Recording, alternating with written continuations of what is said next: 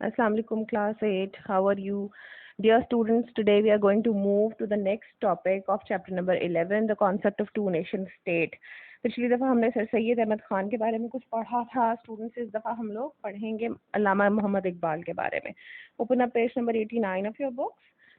अच्छा जी, if you start reading from the topic, from the start of the topic, आप लोगों को जनरल एक कॉन्सेप्ट है कि जी जो basic idea of the two nation state और जो एक सेपरेट स्टेट फॉर मुस्लिम्स था वो अल्लामा इकबाल की साइड से आया था. हम बचपन से सुनते आ रहे हैं कि जी अल्लामा इकबाल ने ख्वाब देखा. ख्वाब का मतलब ये नहीं कि उन्होंने कोई actual dream he dreamed of it. उन्होंने बेसिकली ये आइडिया, एक ब्लर सा आइडिया 1930 में दे दिया था अपने एक ना उसमें एसेज इन्होंने थोड़े से लिखे थे, series of essays, the reconstruction of religious thoughts के बारे में इन इस्लाम. तो उसमें इन्होंने एक ब्लर सा आइडिया दे दिया था. उसके बाद उन्होंने जो राउंड टेबल कॉन्फ्रेंसेज अटेंड करी लंदन में ब्रिटिश के साथ जो हुई थी, उनमें भी एक आइडिया दिया था एक सेपरेट स्टेट होनी चाहिए मुस्लिम्स के लिए. बट 1938 में, almost 9 years before the creation of Pakistan, he died. और उन्होंने सारा जो सिचुएशन चेंज होना और कायद आज़म का माइंडसेट चेंज होना 1940 में, वो ये नहीं देख सके थे. बट जो बेसिक आइडिया, एक ब्लर सा आइडिया था ना, द टू नेशन कॉन्सेप्ट जो था उसमें, वो अल्लामा इकबाल का ही था. Okay, ji. So let us start reading from page number 89. He was a scholar, philosopher, poet, and lawyer. Okay, ji. By profession, he was a lawyer. Educated both in the traditional as well as the modern institution of his time at home and abroad. At home means कि India में, इंडो-पाक subcontinent में भी उन्होंने तालीम हासिल करी और फिर बाहर भी गए पढ़ने के लिए abroad. Iqbal was ranked foremost as the influential figure in the modern Muslim history. Modern Muslim history मतलब जो इज्तिहाद वाला सारा कॉन्सेप्ट था, ये पीछे जो आप सारे पढ़ते आए हैं डिफरेंट उनका पॉलिटिकल लीडर्स का, सर सैयद अहमद ख़ान का जैसा था कि जी चेंज आना चाहिए सोशली, मुस्लिम्स में एजुकेशन की तरफ उनको लेकर आना चाहिए. तो इसमें बहुत एक इन्फ्लुएंस है, बड़े पुरअसर किस्म के इनके वो होते थे खुतबात, और वो जो बोलते थे और जो लोगों को कन्विंस करते थे इसके लिए. तो और इकबाल की पोइट्री तो आप जानते ही हैं, पूरी दुनिया में फेमस है वो. The political developments in the subcontinent with the rise of Hindu nationalism and Muslims generally retreating to the background. मतलब जो सब कॉन्टिनेंट में पॉलिटिकल चेंजेस आ रही थी ना, कि हिंदूज जो है ना वो नेशनलिज्म की तरफ जा रहे थे कि हम हिंदू हैं, हिंदू हैं. पहले सारे मिलजुल कर रहते थे, उसके बाद ये चेंज आने स्टार्ट हो गए थे जब से इनके दिमाग में ये आया था कि ब्रिटिश जो है ना, ये इनको हम लोग निकाल के और इंडिपेंडेंट करवाएं इंडिया को. तो इंडिपेंडेंस के साथ हिंदू नेशनलिज्म बहुत ज़्यादा बढ़ने लगा था. और मुस्लिम्स जो थे, क्योंकि वो एजुकेशनली और हर तरह से बैक पर थे, तो वो रिट्रीट कर गए थे बैकग्राउंड में. बिल्कुल प्रोमिनेंट फिगर्स मुस्लिम्स की फ्रंट पे नहीं आती थी. Compelled Iqbal to think of the causes. Iqbal ने इनके बारे में सोचा कि क्या वजह है कि Muslims are never in the forefront, हमेशा उनको पीछे किया जाता है. जो बेसिक आपको पता है कि सारी जो डिफेंस वगैरह की और कम्युनिकेशन की बेसिक सारी जो पोस्ट थी, और जो इंटरनेशनल जो थे सारी पोजीशंस जो इंडो पाक सब कॉन्टिनेंट में दी जाती थी, वो हिंदूज को दी जाती थी because of their educational background. आपको पता है कि जिन्होंने इंग्लिश तालीम और अंग्रेजी तालीम का ब्रिटिश से एक्सेप्ट किया और मुस्लिम्स ने नहीं किया. अच्छा जी, ही एक्सप्रेस. अच्छा, अब हम नेक्स्ट पेज पर. अच्छा, ये एक फिगर है, आपकी पिक्चर बनी हुई है ना पेज नंबर 90 पर. तो इसमें मैं ये आपको पहले भी दिखा चुकी हूँ पिक्चर रिकग्निशन में. ये मुझे नेट से ज़रा कुछ क्लियर मिल गई थी, जिसमें सेंटर में अल्लामा इकबाल हैं और एक सर रोज़ मसूद हैं जो सेकंड लेफ्ट पर हैं.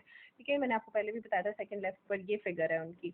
हो सकता है ये भी आपको पिक्चर रिकग्निशन में आ जाए. सर रोज़ मसूद, तो sir Ross Masood he was, as I told you, vice chancellor Aligarh Muslim University जो थी ना, उसके जो प्रिंसिपल या वाइस चांसलर थे ये. और ये बेसिकली सर सैयद अहमद ख़ान के ग्रैंड सन भी थे. ओके, तो ये आप छोटा सा लिख लीजिए साइड पर ताकि आपको याद रहे. ऑल राइट, ये इन्फो बॉक्स तो मैं आपको पहले करवा चुकी हूँ, ठीक है ना. He was knighted with the name of sir from the British. Now come to page number 90. Let us read. He expressed his thought in forceful poetry to awaken the Muslim spirit. मुसलमानों को जगाना चाहते थे, झंझोड़ना चाहते थे कि आपका इतना ग्लोरियस पास्ट था तो आप कहाँ चले गए हैं. In 1930, Muslim community of the subcontinent selected Allama Iqbal as the chairman of the Muslim League conference in Allahabad. Allahabad में 1930 में कॉन्फ्रेंस हुई थी. अंडरलाइन कर लीजिए इसको, ठीक है जी. मुस्लिम लीग की, जिसमें चेयरमैन थे ये. उन्होंने प्रेसिडेंशियल एड्रेस दिया था. जो चेयरमैन होता है ना, चेयर कर रहा होता है जो बंदा, और वो एड्रेस करता है सारी कॉन्फ्रेंस को.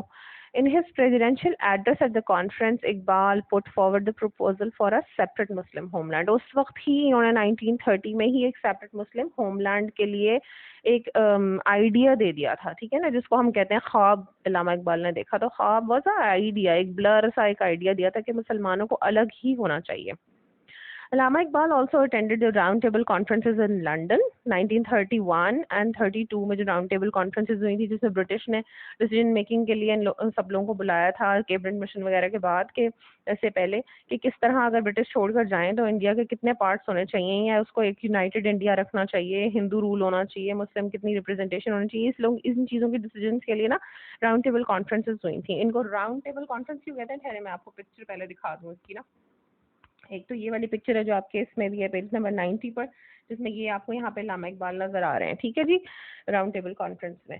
इसको राउंड टेबल कॉन्फ्रेंस इसलिए कहा जाता है कि इसमें ना कोई भी ऐसा नहीं होता कि एक बंदा डाइस पे खड़ा होकर एड्रेस कर रहा है और बाकी सारे चेयर्स पे सामने बैठे हुए हैं और फिर वो लोग स्विच कर रहे हैं, एक बंदा आ रहा है वो बोल रहा है फिर वो जा रहा है, ऐसा नहीं होता। राउंड टेबल कॉन्फ्रेंसेस में माइक सर्कुलेट किया जाता है और सारे फ्रंट पे बैठे हुए होते हैं। इसमें ये शो करना होता है basically that we are all of equal level, और डिस्कशन के लिए, डायलॉग के लिए बेसिकली राउंड टेबल्स होती हैं कि एक बंदा कुछ बोले तो उसके कमेंट में दूसरा कुछ कह सके, ठीक है जी।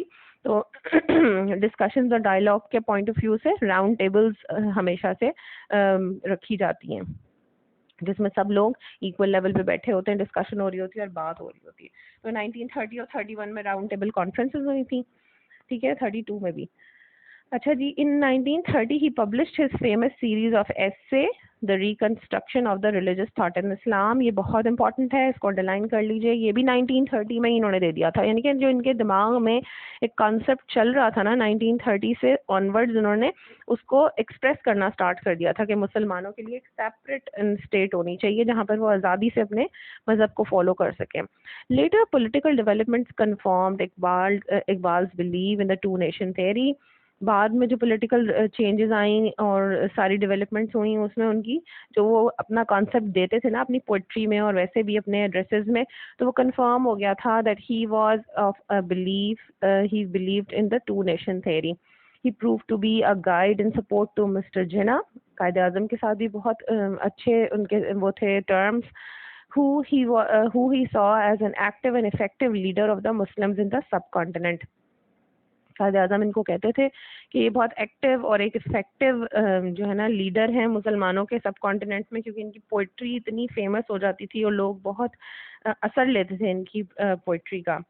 इकबाल डाइड इन अप्रैल 1938। 9 साल पाकिस्तान बनने से पहले ही उनका इंतकाल हो गया। In March 1940 a formal demand was made for a separate state for the Muslims.